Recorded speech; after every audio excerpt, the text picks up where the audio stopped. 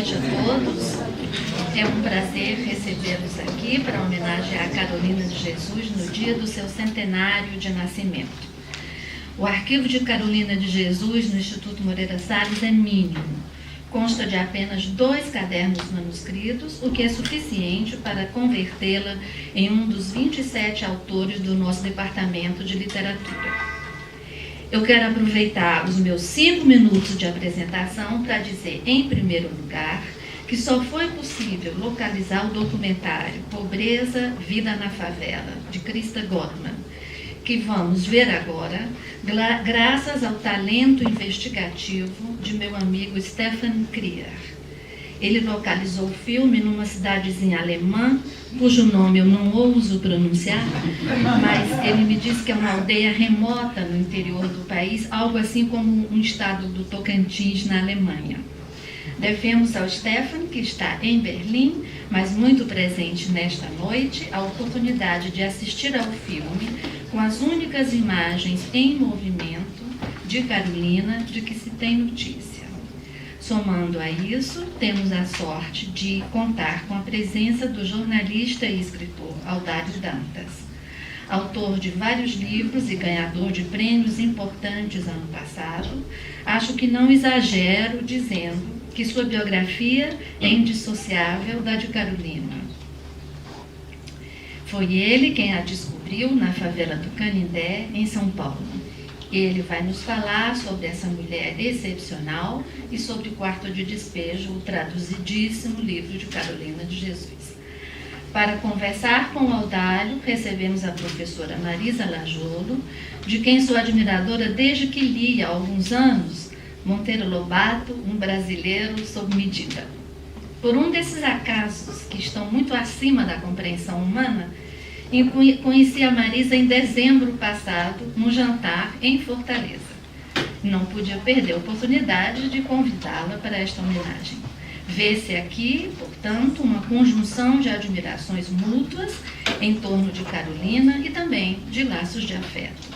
E nesse momento, ressalto o afeto maior, aqui personificado na filha e na neta de Carolina, Vera Eunice Jesus, que está aqui na primeira fila, e Marisa, que está lá atrás com os bebês. Quero agradecer ainda aos carolinianos fiéis, como José Carlos Sebe Bomberry, autor de Cinderela Negra, escrito a 4 mãos com Robert Levine. Obrigada a Daniele Ramalho, da Biblioteca Parque da Rocinha, pelo apoio. E na minha equipe eu devo destacar a dedicação de Júlia Menezes, arquivista que tem cuidado de Carolina no último ano. Bom, primeiro eu gostaria de dizer alguma coisa sobre esse filme. Evidentemente, a Carolina posou para esse filme, foi em 71, não é isso? O diário dela começa em 1955. E uma coisa que me chamou muito a atenção é que, apesar do tom que é verdadeiro da escrita da Carolina de Jesus, nenhuma dessas frases ditas aí estão naqueles cadernos de 1955 a 58, não é isso? Nenhuma delas. Mas o sentido, o espírito da Carolina está aí. Foi feito, o filme é bem feito, pegaram um cenário que, para mim, até choca, porque a favela do Canindé não tinha essa... Não sei se o Sebe conheceu a favela do Canindé, não tinha esse índice de miséria tão terrível, né? A Carolina foi levada, ela já estava com uma idade bem avançada, além daquela da época. Mas, de qualquer maneira, esse filme tem um valor que é aquele de mostrar não só aquela realidade, como o talento da Carolina Maria de Jesus, inclusive como atriz, né? Aliás, a Carolina quis ser atriz, quis ser muita coisa. Confesso que o filme me choca em vários sentidos, mas o que importa é que, segundo a informação que eu tenho, é que ele não foi exibido no Brasil por razões que não estão muito claras até hoje, não é isso? Que não teria sido a censura oficial estabelecida, mas a censura que teria sido feita mais do que previamente por diplomatas brasileiros na Alemanha, que achavam inconveniente que uma história como essa fosse mostrada. Bom, então vamos para o que me cabe nesse momento, que eu quero dizer, inclusive, que estou emocionado com o que acabo de ver, e dizer que essa história me acompanha esse tempo todo, desde 1958, quando conheci a Carolina. Eu quero dizer que é uma expressão um tanto forte, mas eu nunca me libertei dessa história. É rara a semana em que não recebo um telefonema ou a visita de um estudante de várias áreas, de um professor que querem fazer trabalho sobre a Carolina de Jesus e me buscam para contar e recontar essa história. Eu costumo dizer que na minha carreira de repórter, eu produzi muitos trabalhos, alguns deles premiados, alguns considerados excelentíssimos, etc. e tal, mas a reportagem mais importante que eu fiz na minha vida foi essa da descoberta da Carolina Maria de Jesus. Por que foi a mais importante? Até é incrível que seja assim, porque praticamente eu não escrevi esta reportagem. Eu fiz uma introdução para o diário que ela iniciou em 1955, no dia exato do aniversário da filha Vera Eunice, que então tinha cerca de 5 anos. É isso? Não estou querendo revelar a sua idade, viu? Bom, e de lá para cá, o que eu fiz com essa história? A minha proposta era fazer mais uma reportagem. E essa reportagem seria sobre o que é a vida numa favela, o dia a dia de uma favela. Trabalhava na Folha de São Paulo, que tinha 3 edições, uma delas a Folha da Noite, e essa reportagem seria exatamente isso. E como eu sempre fiz como jornalista, eu fui viver aquilo que ia escrever. Simplesmente não queria ouvir de terceiros, fui viver. E passei a percorrer as vielas da favela. Já se dizia que a favela era perigosa. E eu acreditava isso, mas não muito, porque sabia exatamente que ali viviam pessoas porque não tinham condições de viver em outro lugar, naquela situação que vivia. E eu queria exatamente contar essa história. A Carolina de Jesus me confiou esse caderno de 1955 e eu fui para a redação, falei com o chefe da reportagem dizendo o seguinte: eu tenho aqui uma reportagem que é muito melhor do que aquela que eu faria, porque é escrita por quem vive a favela, quem conhece a favela. É uma história contada de dentro para fora. E não é só isso, é contada com grande força de escrever, de dizer as coisas. A Carolina de Jesus tinha uma maneira de se expressar que não se repetiu.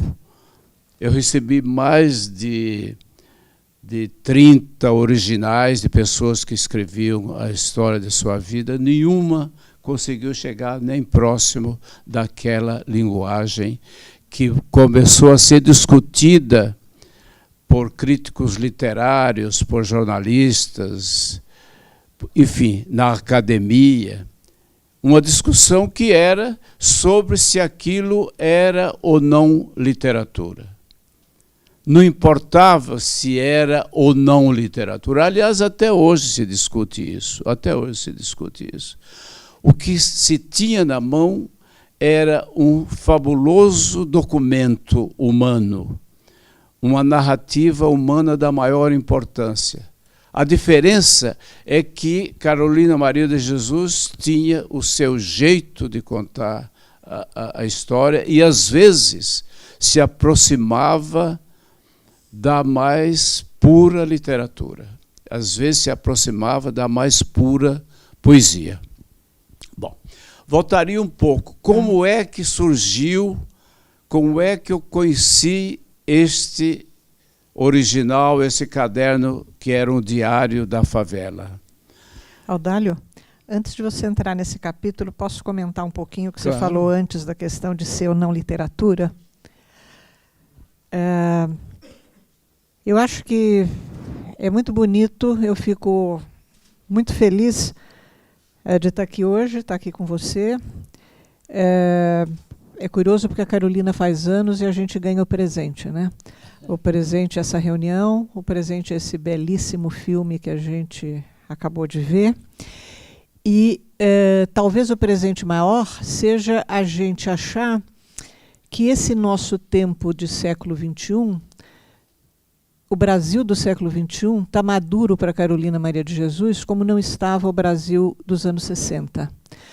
Eu tenho a impressão, quando Audálio coloca a questão de se a Carolina escrevia ou não literatura, que ela escrevia daquele jeito, que... É curioso porque hoje a universidade, é muito difícil falar em nome da universidade, eu não tenho procuração nenhuma da universidade para falar isso, mas eu trabalhei anos na universidade, trabalho ainda na universidade, e a impressão que se tem, ou que eu tenho, é que se naquela época a universidade tinha certeza, sobretudo do que não era literatura, hoje ela tem sérias dúvidas sobre o que vem a ser literatura. Então, a universidade hoje, a palavra não é adequada, mas ela está extremamente democratizada. A universidade hoje cuida com o mesmo cuidado de diários, de anúncios de jornal, de marginalia do que o escritor escreve nas margens do livro e do texto mesmo do grande livro. E, por outro lado, há também um outro aspecto que eu acho que a literatura de hoje está mais próxima do que a Carolina faz, do que o Brasil dos anos, o Brasil de hoje está mais apto e maduro para entender a Carolina do que estava nos anos 60, porque também houve uma certa mudança de estatuto da literatura no âmbito geral da cultura. É como se até os anos 60 meio que se acreditasse que a literatura era algo bom em si. O texto é bom. A gente nunca sabe bem por que o texto é melhor do que o outro, mas nós que ganhamos o nosso salário na universidade, nós temos uma certa dom de Midas. Tudo aquilo que a gente diz que é literatura, fica sendo literatura, mesmo que não fosse, né? Todo mundo deve ter lido sensacionais artigos de jornal que contam que, de vez em quando, alguém com um certo espírito de humor manda para uma grande editora um original pouco conhecido do Machado de Assis e a editora recusa editar porque diz que não tem qualidade literária, etc. e tal. Aí quando sabe que é do Machado de Assis, Machado, então, etc. e tal. E isso sempre foi assim. E eu acho que também o Brasil dos anos 60, que assistiu ao lançamento do Quarto de Despejo, era um Brasil no qual a literatura e a cultura, de modo geral, começava a ser um assunto da mídia, e não apenas da academia. E hoje nós estamos em pleno domínio da mídia e em pleno decréscimo da importância da literatura, não é verdade?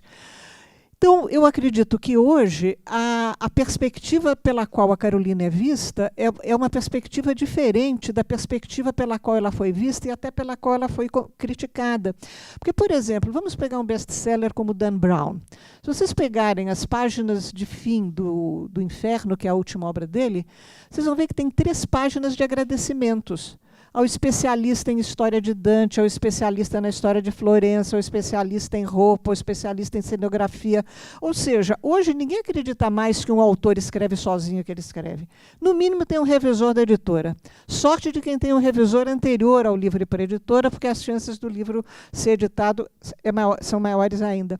Então, eu acredito que o trabalho da Carolina, houve uma grande discussão na época, sobretudo emanada da universidade, sobre a autenticidade da Carolina ter escrito ou não ter escrito aquilo. Isso que o Audálio comenta agora, que as falas dela não são exatamente as falas do diário, eu estava cochichando ali com o Sebe, que efetivamente muitas não são, mas muitas são.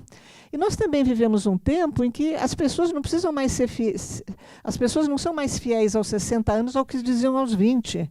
Né? Quer dizer, essa ideia de que você tem que ser monoliticamente o mesmo a vida toda, infelizmente, era uma bobagem, porque a gente muda com a passagem do tempo, e não é só, infelizmente, fisicamente, a gente também muda de cabeça, pensa outras coisas e tudo. Então, eu acho que o percurso da Carolina é algo extremamente interessante para ser visto. A ideia de que os livros posteriores dela não têm a qualidade do primeiro livro, eu gostaria de discutir isso mais a fundo, não vou aqui cansar vocês, é uma sexta-feira à noite, todo mundo amanhã tem um belo dia de praia aqui no Rio, né? Mas o que é mesmo que é a qualidade da literatura? Alguém foi capaz até hoje de explicar por que Clarice Lispector, que participou de um lançamento junto com Carolina Maria de Jesus em 1961, qual é a mesma diferença das duas? É que a Carolina tem concordância errada?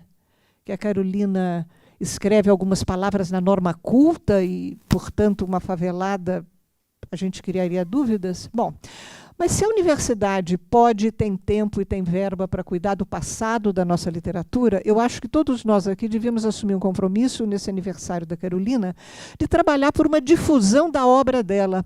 Vamos tentar discutir a obra da Carolina sem os preconceitos dos anos 60 e entendendo basicamente que a primeira condição para a obra da Carolina e para a Carolina ocupar o lugar que ela merece, que ela precisa ocupar na cultura brasileira, a obra dela precisa estar disponível, a obra dela precisa estar editada, a obra dela precisa ser lida.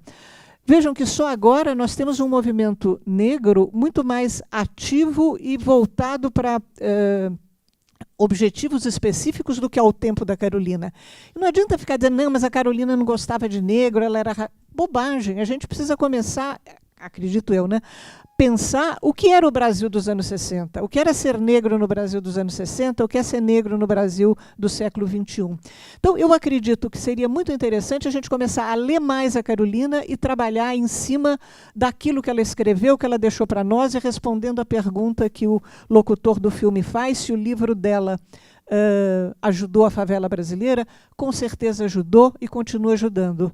Eu sugiro que a gente leia Quarto de Despejo, leia Casa de Alvenaria, leia o livro do Paulo Lins e leia o Ferrez, não é? E veja o que é que mudou mesmo em termos da vida dos marginais deste Brasil nosso de hoje. Bom, foi bom que você tenha conversado, pedido uma parte, que no fim foi um esclarecimento muito importante. E eu aproveito para dizer que, para mim, é uma alegria estar com você aqui, por tudo que você representa, pelo seu trabalho, pelo seu engajamento na luta democrática e tudo mais. E aproveitar também para agradecer a presença de um grande amigo, companheiro, Levi Bucalém Ferrari, romancista, poeta, a sua mulher, a Clara, ex-presidente da União Brasileira de Escritores. Tenho muito prazer em ter você aqui, Levi. Bom, mas continuando, eu acho que no meu caso é importante dizer como é que se desenrolou essa história. eu estava dizendo que a matéria que eu escrevi teve apenas uma abertura e o resto foi a transcrição de trechos do diário de 1955. Mas eu dizia também como é que a Carolina me proporcionou conhecer esse trabalho. Eu estava no terceiro dia de visita à favela, quando vejo uma figura imponente, que era uma figura muito imponente, uma mulher de porte alta, insinuante. Havia um pequeno parque infantil que a prefeitura tinha montado naqueles dias na entrada da favela, umas coisinhas muito simples, uma gangorra, um balanço, um carrosselzinho, e estava ocupado por adultos, os marmanjos chamados, e de repente surge a Carolina dizendo: vocês são os cretinos, vocês estão estragando os brinquedos das crianças. Quer dizer, ela era uma pessoa que se impunha naquele meio em que vivia. E eu vou colocar o nome de vocês no meu livro. Ao dizer isso, eu como repórter, o que é que fui fazer? Que livro é esse? E fui, ela me convidou, na verdade ela estava falando aquilo para mim. Fui ver o que era esse livro e tinha uma montanha de cadernos, a maioria suja, meio rasgada, encontrada no lixo, onde havia contos, poesias e esse diário que me chamou a atenção de imediato. Ao ser publicada essa matéria, isso que a Marisa acaba de falar, os preconceitos, as observações de quem estava no lado de fora começaram a movimentar, principalmente depois da publicação do livro. Havia um preconceito, primeiro, de raça, né? Aquela negra escreveu aquilo, era mais ou menos isso. Depois, um preconceito de classe. Aquela favelada, catadora de papel, escreveu isso. E depois, um preconceito dos intelectuais. Esse era o mais complicado, porque discutiu essa questão. Isso aí não é literatura, isso aí... Inclusive, aí surgiu um problema que foi o maior problema com o qual me deparei nessa história. Ao se dizer que não era possível que o texto fosse de Carolina Maria de Jesus, se estava automaticamente me imputando uma fraude, porque alguns até escreveram que um repórter ladino, esperto, escreveu aquilo e botou o nome da favelada e, com isso, se armou um grande sucesso com aquele livro.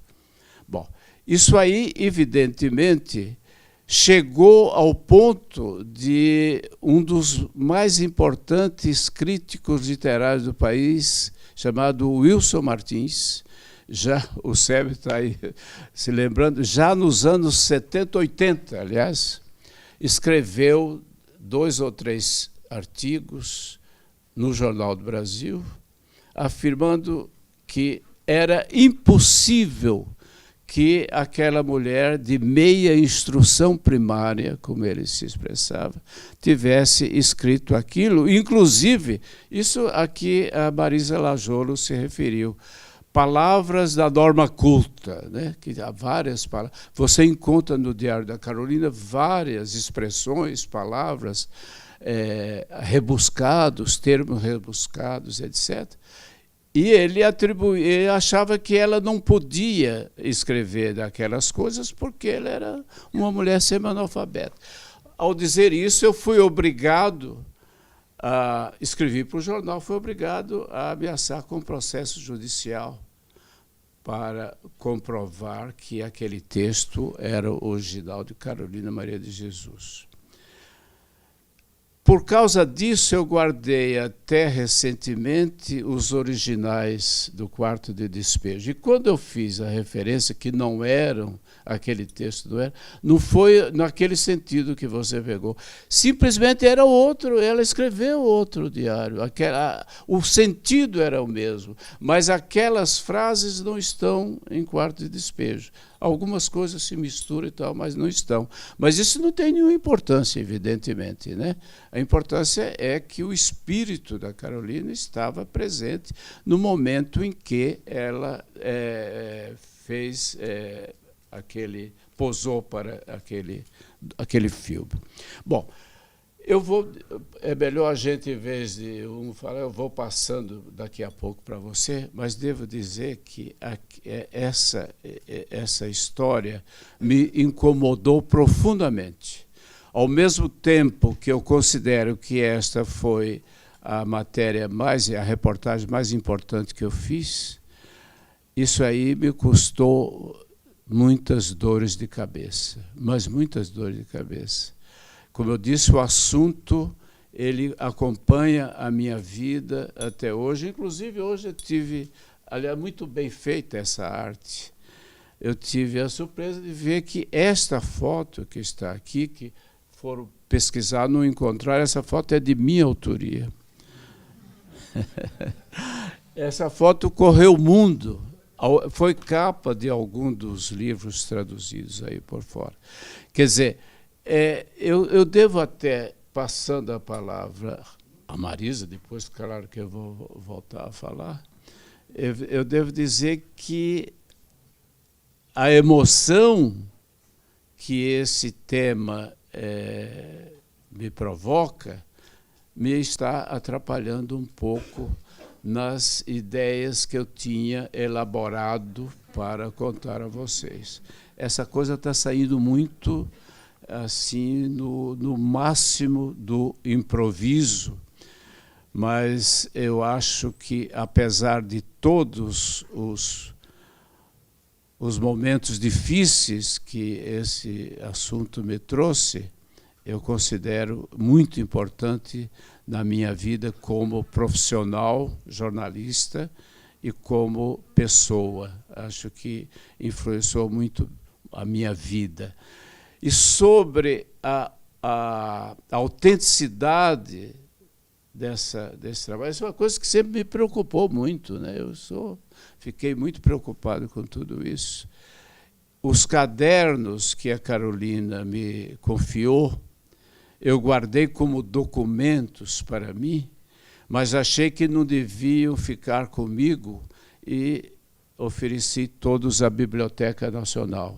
Eles estão depositados na Biblioteca Nacional, que, por sinal, até hoje não me disse direito como é que se pode chegar lá, consultar, fazer microfilmagem, etc. e tal. É um assunto que eu vou, qualquer dia, saber direitinho como é que está, porque acho que, não só para que se comprove a autenticidade desse trabalho, mas como se isso possa ser acessado por qualquer cidadão. Vamos lá, Marisa.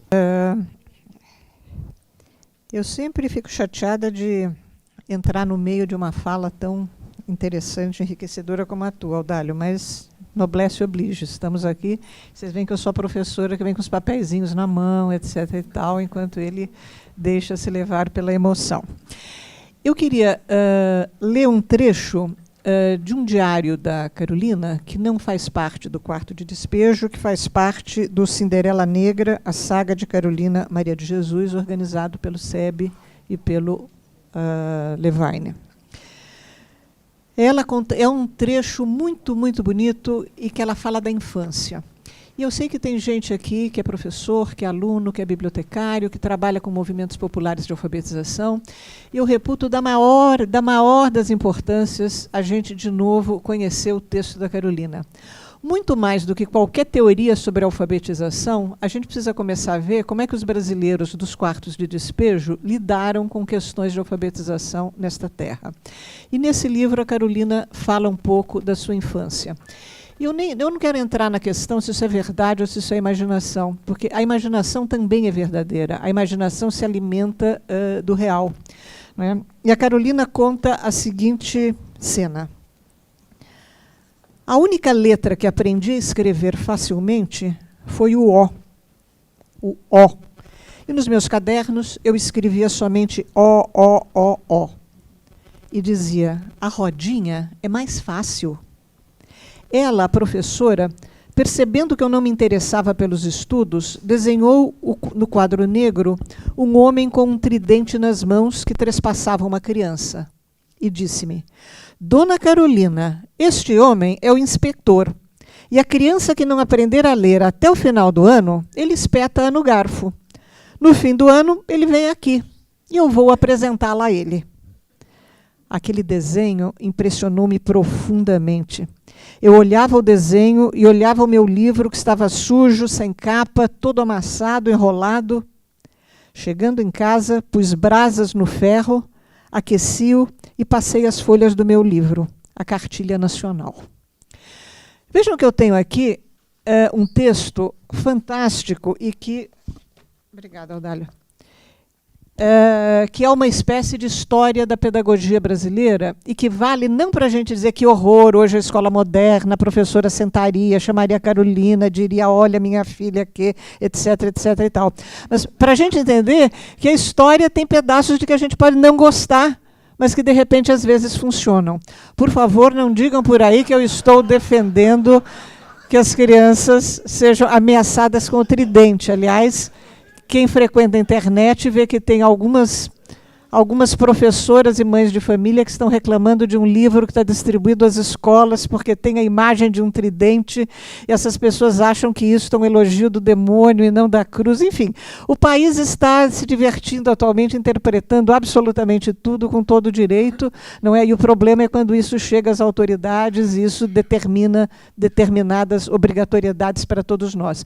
Mas vejam que eu li esse pedaço em que a Carolina disse que ela era má aluna, que ela era preguiçosa, que ela não gostava da escola, que ela demorou para aprender, mas para a gente entender que a grande contribuição que ela deu foi com a escrita. Não é? Foi através dessa escrita que o Audálio está contando, de cuja autoria ela foi destituída pela sua origem social, pela sua origem étnica, etc. E tal. E vejam que este filme que a gente viu, e o Quarto de Despejo é todo cheio de alusões a isso, eu acho lindo pensar que a Carolina era catadora de papel. Vejam todos os sentidos que a palavra papel tem na nossa cultura. O papel é isso daqui que eu tenho na minha mão, mas o papel é também a função que eu desempenho na vida social. Então, a Carolina ela não foi só uma catadora de papel no sentido físico da palavra. Ela catou e construiu o papel que ela representa na cultura brasileira e que precisa que nós, hoje, educadores, escritores e professores, façamos com que ela volte à tona, que ela seja lida, que ela seja discutida e que se pense em todas as lições que ela nos dá relativamente ao que é a vida letrada, a vida dos livros, para uma pessoa que é despossuída por nascimento de todos os pressupostos que a cultura escrita pressupõe. Eu tinha feito referência às reações que surgiram em 1960, em função da publicação do livro, e falado sobre o preconceito. A Carolina de Jesus tentava publicar, ela escrevia várias, ela sempre escreveu, era uma das suas, era quase como uma obrigação escrever.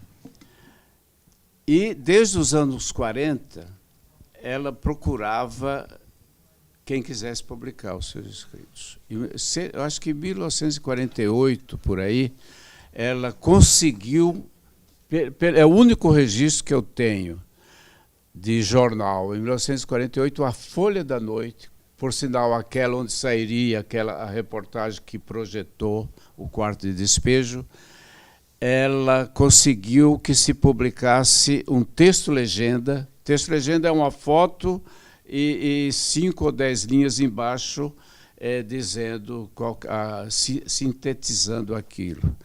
E um jornalista conhecido da época, chamado Vili Aureli, da Folha, publicou esse texto dizendo poetisa da favela, porque ela foi levar poesias. O que acontecia quando a Carolina de Jesus aparecia com os seus cadernos embaixo do braço, maltrapilha, dizendo que era poetisa?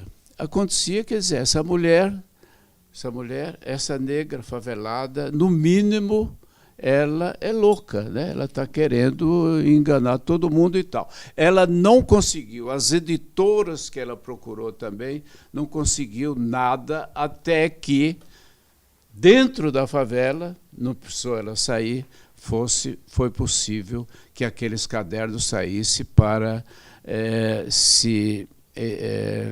publicar esse livro. O livro, eu fiz um trabalho que se chama de compilação, escolhendo, selecionando os trechos que considerei importantes para que fosse marcado o sentido profundo daquele diário, daquela vida. Se fosse para publicar a íntegra daqueles cadernos, teríamos mais ou menos uns 10 volumes, não é isso? Mais ou menos uns 10 volumes do diário. Foram extraídos aqueles trechos. Muito bem. O que foi feito em relação ao texto da Carolina de Jesus? Absolutamente respeitado. Ipsis literis, o que ela escreveu, apenas com algumas interferências quando a pontuação não podia alterar o sentido das palavras. Mas o texto é integralmente dela, e foi isso exatamente que levou muitas pessoas a discussões que absolutamente não tinham importância, porque a importância estava no trabalho dela em si. Quando o Wilson Martins escreveu que ela não poderia ser autora daquilo, ele citou, por exemplo, um trecho em que a Carolina dizia, isso está no quarto de despejo, levantei-me às 5 horas. Isso era repetido vários dias. Abluí-me, aleitei-me e aleitei as crianças. Então era impossível, na visão preconceituosa do crítico, que aquela mulher de parcos conhecimentos, de parcos estudos, pudesse ter feito aquilo. Agora, o pior é que ele atribui a mim textos dessa natureza. Isso aqui me deixou muito chateado, porque jamais a minha forma de escrever é muito direta, é muito sem rodeios, sem enfeites, como dizia o Graciliano Ramos. Vamos lá, Marisa. Não, é que eu concordo com você que essa posição do Wilson Martins é indefensável hoje. Mas veja que, na época em que, nos anos 60, não se tinha a menor ideia de que a língua ela é uma forma de você construir a sua própria identidade. E que, claro, que o Audálio ele não ia escrever Abluí-me, porque ele sabia que nos anos 60 a gente já não precisava escrever que nem no século XIX. Mas a Carolina não sabia. Vocês veem que ela cita o livro dela, a Cartilha Nacional. Até hoje, tem aluno aqui, não é? Mas eu brinco com os meus próprios alunos, que quando eles escrevem para mim, muitas vezes eles escrevem assim, após escrever tal coisa, por que não o velho e bom depois? Né? Quer dizer, até hoje a gente tenta assim, sobretudo gente que é insegura sobre o que escreve, Audálio não é inseguro, mas Carolina era, ela tenta melhorar um pouco, usar uma palavra mais difícil. O após em vez do depois é um excelente exemplo do que todos nós fazemos. Né? Mas, então eu acho que hoje a gente tem uma concepção de língua, de literatura, das várias funções que a linguagem cumpre na vida humana, e que a escrita cumpre dentro da história da linguagem na vida humana, que é extremamente importante de se pensar. Eu insisto que a gente leia hoje o Ferrez, o Capão Pecado, junto com a Carolina, né? E que, se possível, a gente ouça o Ferrez comentando. Eu conheço mais o Ferrez do que o Paulo Lins, porque eu não sou carioca, sou paulista, e o Ferrez cuida do Capão Pecado, do Capão Bonito de São Paulo. Mas eu queria fazer uma última observação, que acabou de ganhar o Oscar um filme chamado 12 Anos de Escravidão, que é baseado numa autobiografia de um negro. Esse livro foi publicado nos Estados Unidos em 1853. E esse livro teve um ghostwriter, e não faz mal que ele tivesse tido um ghostwriter. Ele é um livro que, para o inglês do século XIX, ele apresenta as mesmas infrações de norma culta que o livro da Carolina apresentou aqui, que tanto chocou o Wilson Martins. Esse livro chama-se Salomon Throop. O autor do livro inglês consta que está sendo traduzido aqui no Brasil, e uma das edições em inglês desse livro é um exemplo do que se precisava fazer com os livros da Carolina. A historiadora que coordenou essa edição, ela foi atrás de todos os índices de veracidade, de verdade histórica que havia no livro, e com isso aponta todos os momentos de fantasia do livro, de como a fantasia servia para minorar a situação intolerável do homem livre que foi vendido como escravo e que precisou se libertar. Então, vejam, acho que tudo isso mostra um certo movimento internacional que está trazendo à tona questões de literatura e etnia, questões de literatura e classe social, e que vale a pena a gente pensar no que nós temos de brasileiro nisso, trabalharmos isso, estudarmos isso, ensinarmos isso, porque, caso contrário, nós vamos ficar seguindo teorias diferentes e ficar numa certa posição do politicamente correto, que é extremamente prejudicial à natureza da luta política que se precisa ter nesse país. Bom. Eu queria... Meu nome é Ricardo Stein, e queria perguntar a você a surpresa que você teve pelas imagens daquela favela. Você ficou muito surpreso por que essa favela tem essas imagens. Eu pergunto, porque normalmente, quando a gente vive no dia a dia, a gente faz filtros pela imagem que existe. Como eu fiz essas imagens, eu sei exatamente, cada vez que eu olhava para os edifícios de São Paulo, naquele Brasil grande, né, daquela época, mais me concentrava na miséria que tinha de ser denunciada naquele momento, político, inclusive, dentro desse processo. E uma oportunidade, evidentemente, a Carolina, como guia, me dava essa oportunidade, essa liberdade de mostrar onde ela estava, e não fazer uma favela de ficção, fazer uma favela filtrada. E, sinceramente, foi muito difícil para mim.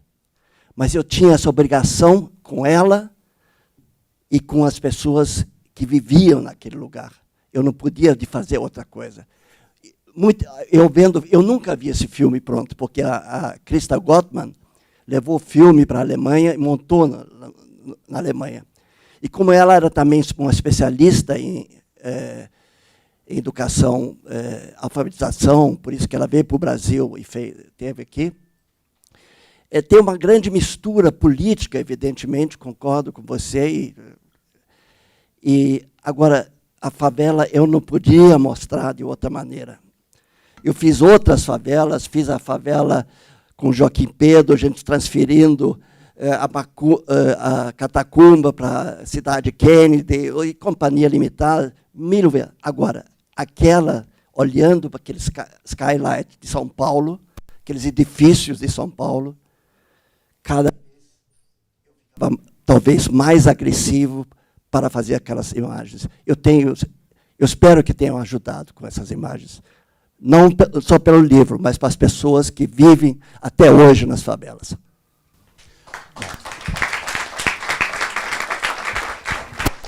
espero que eu não tenha sido mal interpretado, porque apenas eu disse que, certamente, aquilo lá não podia ter sido montado um cenário para fazer.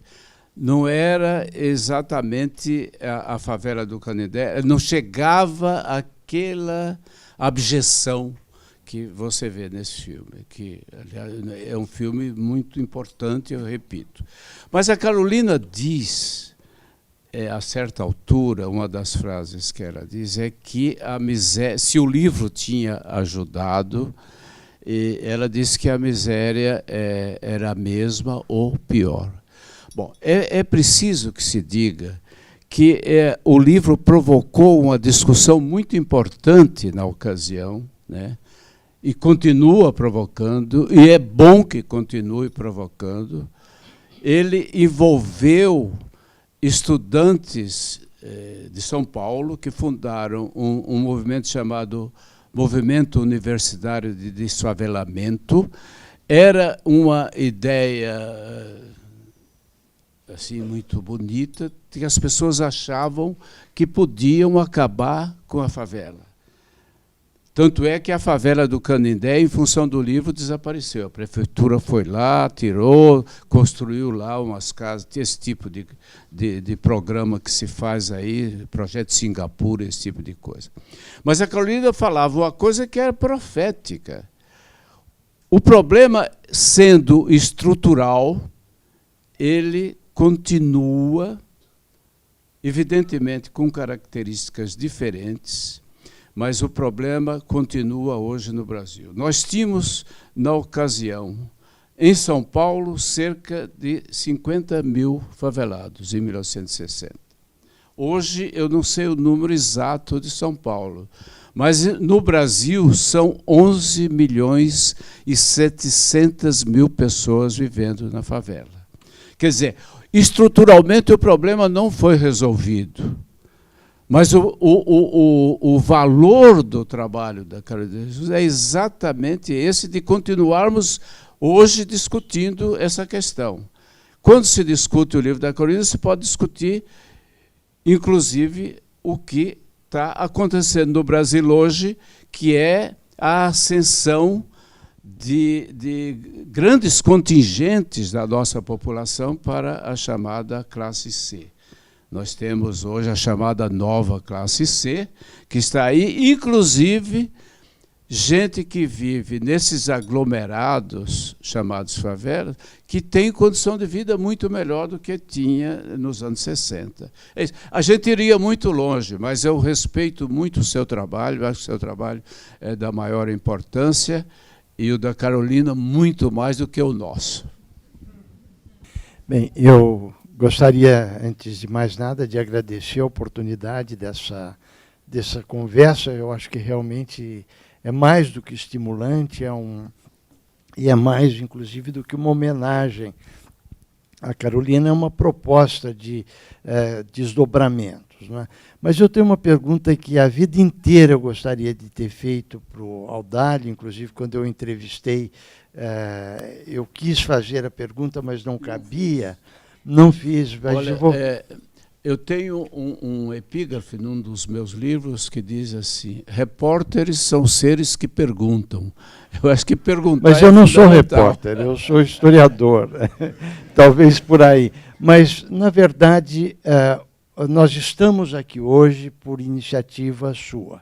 Não fosse o seu trabalho, nós não teríamos condição de descobrir a Carolina. Portanto, eu acho que é um tesouro assim, de difícil qualificação para a cultura brasileira de um modo geral. Mas eu tenho uma outra pergunta que decorre dessa, que é por que não se dimensionou os outros gêneros produzidos pela Carolina? Eu estou com as peças de teatro depois de 13 tentativas, com 13 editoras diferentes, nós não conseguimos publicar o Teatro da Carolina. Os romances, O Escravo, particularmente, não é? Eu acho que seria uma contribuição para o movimento negro incalculável. Nós não conseguimos. Por que é que assim, nós não temos esta possibilidade. Será que os diários não ofuscaram as possibilidades de projeção maior? Não seria possível, naquela ocasião, você ter possibilitado essa outra avenida de acesso à Carolina? E para Marisa, eu gostaria de pensar um pouco na questão do repertório de oralidade que a Carolina guardava, essas palavras antigas, e particularmente os provérbios.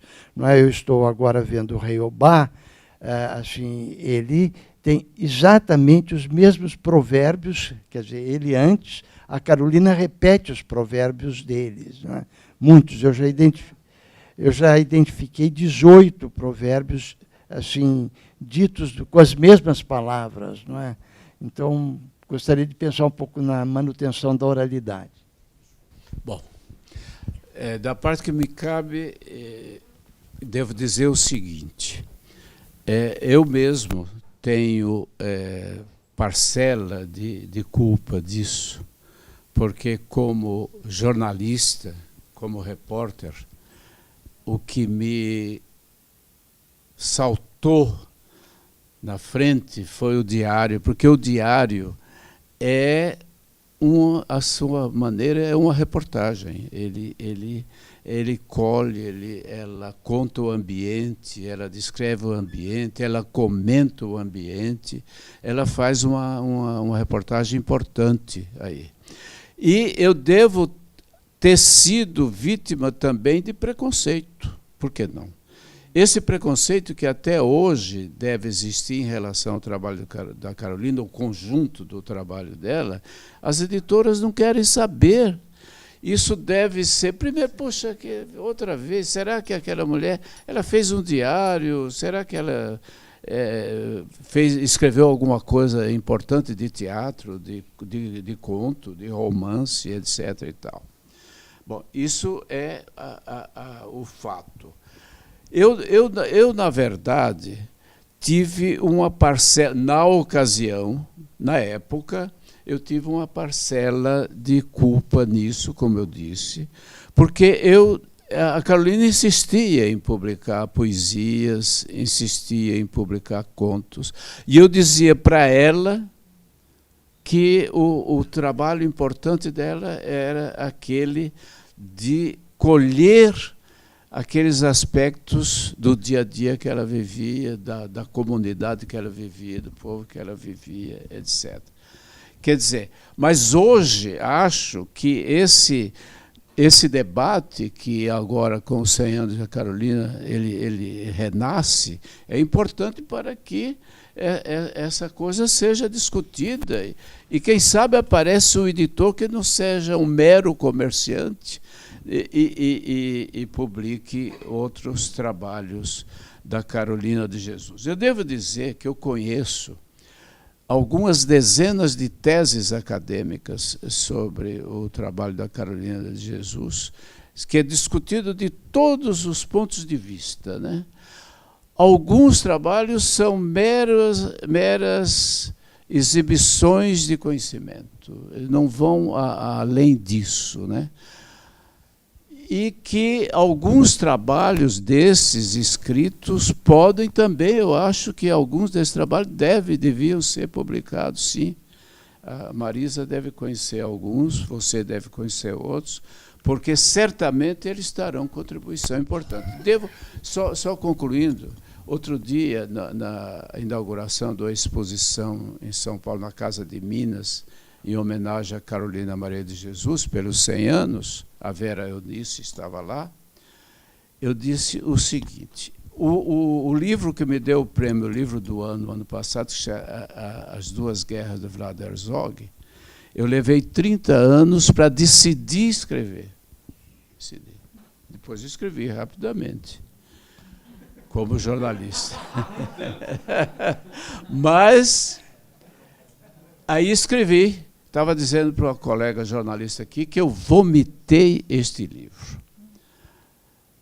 E eu acho, eu disse lá naquela inauguração da exposição, que eu, depois desses 50 e tantos anos, eu vou escrever o livro sobre a Carolina Maria de Jesus. Acho que eu vou fazer.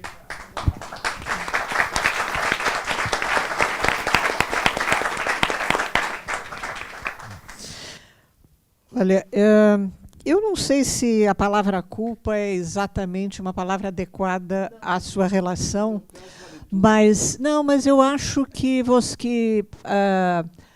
a vida sempre exige você escolher coisas, e não é e escolher uma coisa implica em não fazer as outras. Então, eu acho que eu assino embaixo o que o Sebe disse, gratidão eterna a você por ter viabilizado a publicação do Quarto de Despejo. Os outros gêneros de que a Carolina escreve são gêneros até hoje dificílimos de serem publicados, não é verdade? Quer dizer, teatro, poesia, então, é uma coisa que difícil publicar. Principalmente, né? Uma poesia, a literatura popular, digamos não, assim. Toda a poesia, até talvez a popular, os cordéis hoje eles têm uma tiragem muito maior do que qualquer livro do Ferreira Goulart, por exemplo, né? Mas o que eu queria levantar é que eu sou uma incorrigível otimista, como vocês estão vendo, né? Hoje em dia, a gente não precisa de um editor para editar um livro. Existem livros digitais. Existem livros que você faz uma publicação que você imprime por demanda. Não é? Então, com certeza, se houver uma equipe interessada em trabalhar a obra da Carolina e difundi-la, e várias associações, várias instituições se envolverem na divulgação dessa obra, nós podemos mudar o panorama. Não é? É uma coisa que exige apenas vontade, um certo tempo e um certo conhecimento técnico de como é que se faz isso. E eu acredito, né, que esse evento aqui do Instituto Moreira Salles, ele pode ser marcado não como uma comemoração do centenário que passou da Carolina, mas o centenário que começa os 100 novos anos, não é, da obra da Carolina, realmente fecundando a cultura brasileira como ela pode fecundar.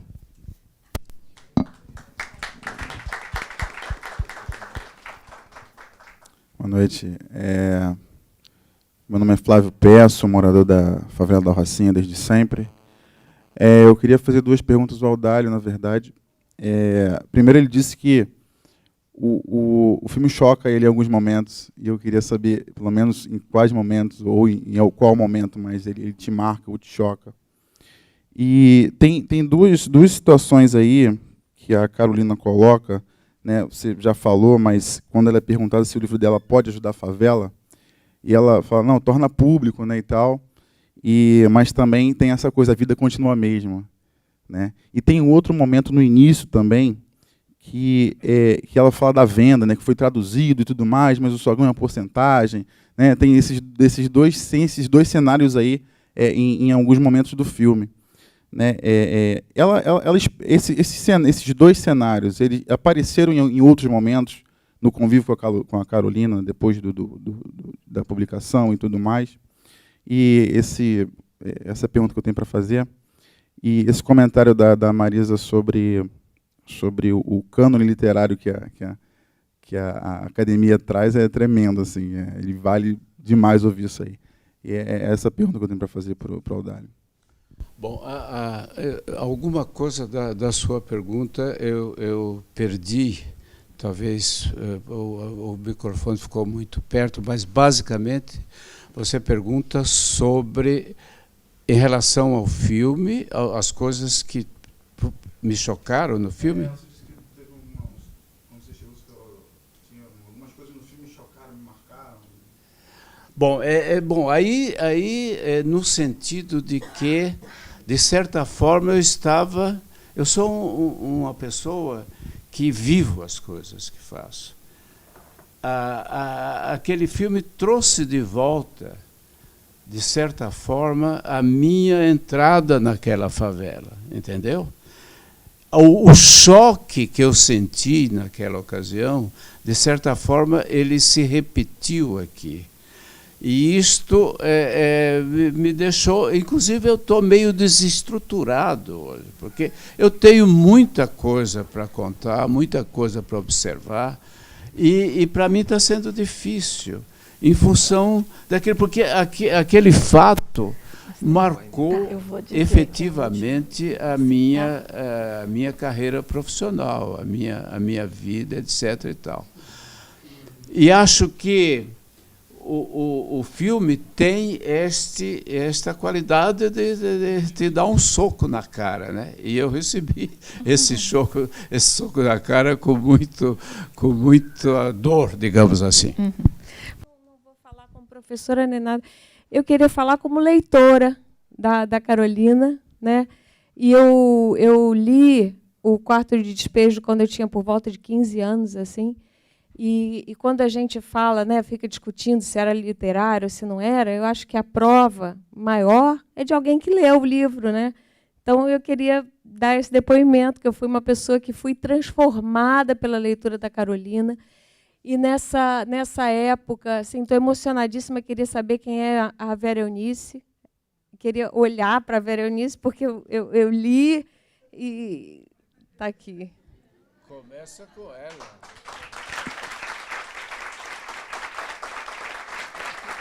Queria dizer que a sua mãe me formou. E se isso não é literatura, então não sei o que é literatura.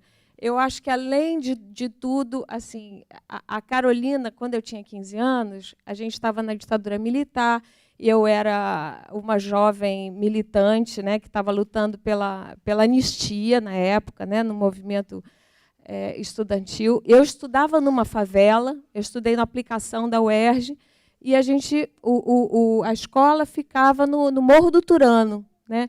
Então, a gente tinha muito convívio com a favela. E esse livro, eu estava contando para a Marisa, que, por coincidência, foi da minha banca de doutorado, esse livro eu roubei. Eu tenho esse exemplar com aquela capa bonita, e foi um livro roubado. Eu já não me lembro, eu não consigo nem lembrar de quem. Não sei se foi de um namorado, mas era alguém que não tinha. Eu roubo muito livro de namorado. Aí, esse livro, eu fiquei encantada com aquilo. E a Carolina me ensinou poesia com esse livro, a Carolina me ensinou política com esse livro. Então, todas essas questões, assim, a coisa da favela, é engraçado, isso não era tão importante para mim, aquilo ali tinha valor literário, tinha valor, sobretudo, existencial. E eu também escrevia diário, escrevo diário até hoje. E na época, eu escrevia diário para resistir a uma situação familiar que era difícil e tal. E eu sentia isso na Carolina. Eu falava, nossa, que força a escrita tem, né? A escrita serve para a gente resistir, né? Eu tinha um pai muito autoritário, eu escrevia, e aí tinha a Carolina. Eu falei, gente, ela é uma resistente como eu, e a gente tem a escrita, né? E esses pedacinhos de papel e tudo.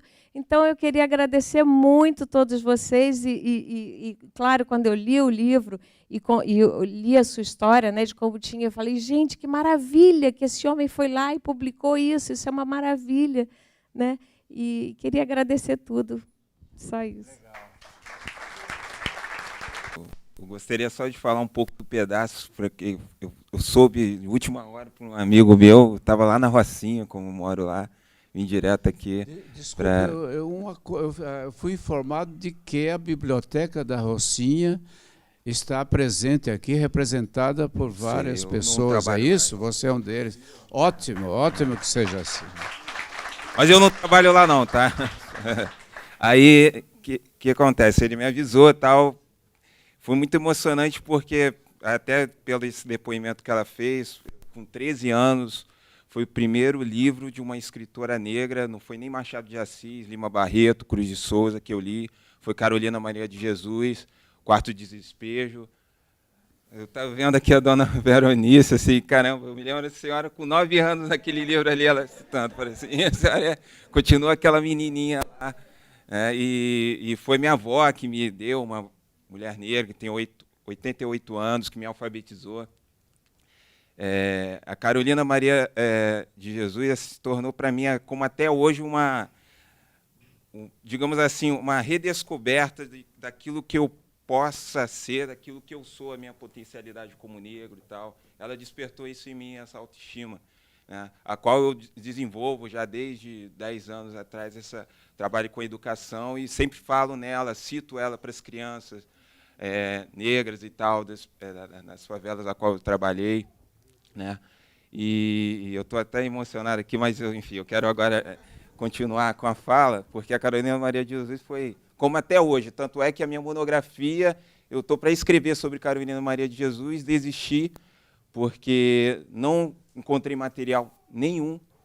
Aliás, encontrei muita dificuldade, professores falando, não, está falando de algo que não tem acesso, cadê o material, tal.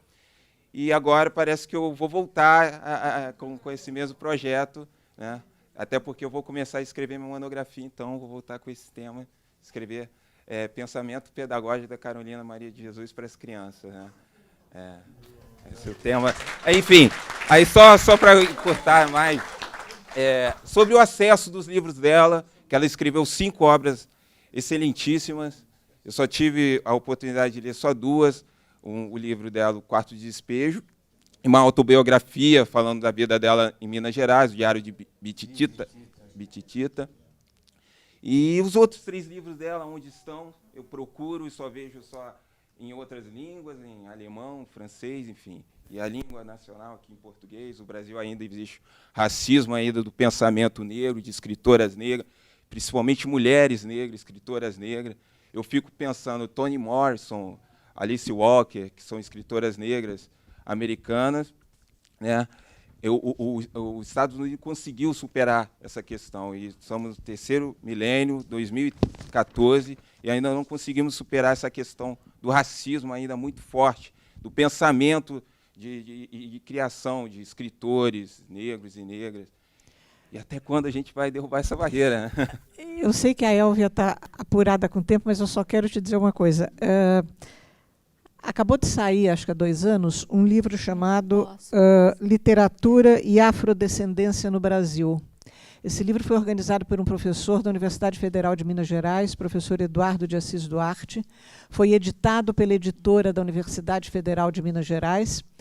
E esse livro elenca 100 escritores negros, dos quais 25 são mulheres.